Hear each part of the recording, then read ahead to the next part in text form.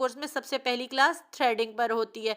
तो जी सबसे पहले जो है थ्रेडिंग क्या चीज़ है? थ्रेडिंग एक ऐसा अमल है जिससे चेहरे, टाँगों और के गैर ज़रूरी बाल साफ़ किए जाते हैं। ये एक आर्ज़री और टेम्परेरी तरीका होता है थ्रेडिंग, जिससे हम लोग बाल साफ़ करते हैं। आईब्रोज़ इससे के बाल इससे साफ़ किए जाते हैं, अपर लिप के बाल साफ़ किए जाते हैं और थ्रेडिंग करने के कोई भी नुकसानात नहीं हैं कि आप लोगों को लगे कि हम थ्रेडिंग कर रहे हैं तो हमारा फेस ख़राब हो जाएगा। ये हो गई थ्रेडिंग की डेफ़िनेशन कि थ्रेडिंग होती क्या चीज़ है।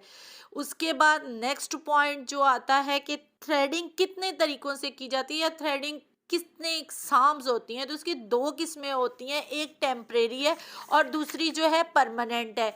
ठीक हो गया, यहाँ तक आपको पॉइंट्स उम्मीद करती हूँ बहुत ही क्लियर समझ आ जाएंगे। थ्रेडिंग जिस्म के किन हिस्सों पर की जाती है? मुकम्मल फेस पर थ्रेडिंग की जाती है, उसके बाद आईब्रोज पर थ्रेडिंग की जाती है, आईब्रोज बनाए जाते हैं, अपर लिप की जाती है, चिन एरिया किया जाता है।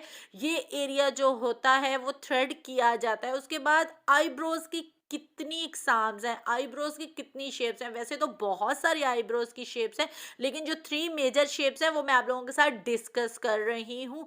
ये सामने आपको नज़र भी आ रहा होगा कि मैंने एक आईब्रो की जो शेप है वो ड्रॉ करके रखी हुई है। मेरी ड्राइंग पर आप लोगों ने नहीं जाना, आप लोगों ने इस लेक्चर को अच्छे तरीके से नोट करना है और अपने पास सेव कर लेना है। जब भी किसी क्लाइंट की आप लोग प्रैक्टिकल वर्क करने लगेंगे तो ये पॉइंट अगर आपके माइंड में होंगे तो आपके लिए बहुत ही फायदा होगा। फर्स्ट शेप जो है राउंड शेप है, इस तरह की है। ये आप लोगों के सामने मैंने ड्रॉ करके रखी है, वो इस तरह की गोलाई में शेप होती है और ये टोटल गोल शेप होती है। ठीक है, इस किस्म के आईब्रोज को ये इसलिए आपको बता रही हूँ कि जब कोई क्लाइंट आपके पास आएगा तो आप उसका फेस देख के उसके आईब्रोज देखकर अंदाजा लगा लेंगे कि इसकी शेप कौन सी है।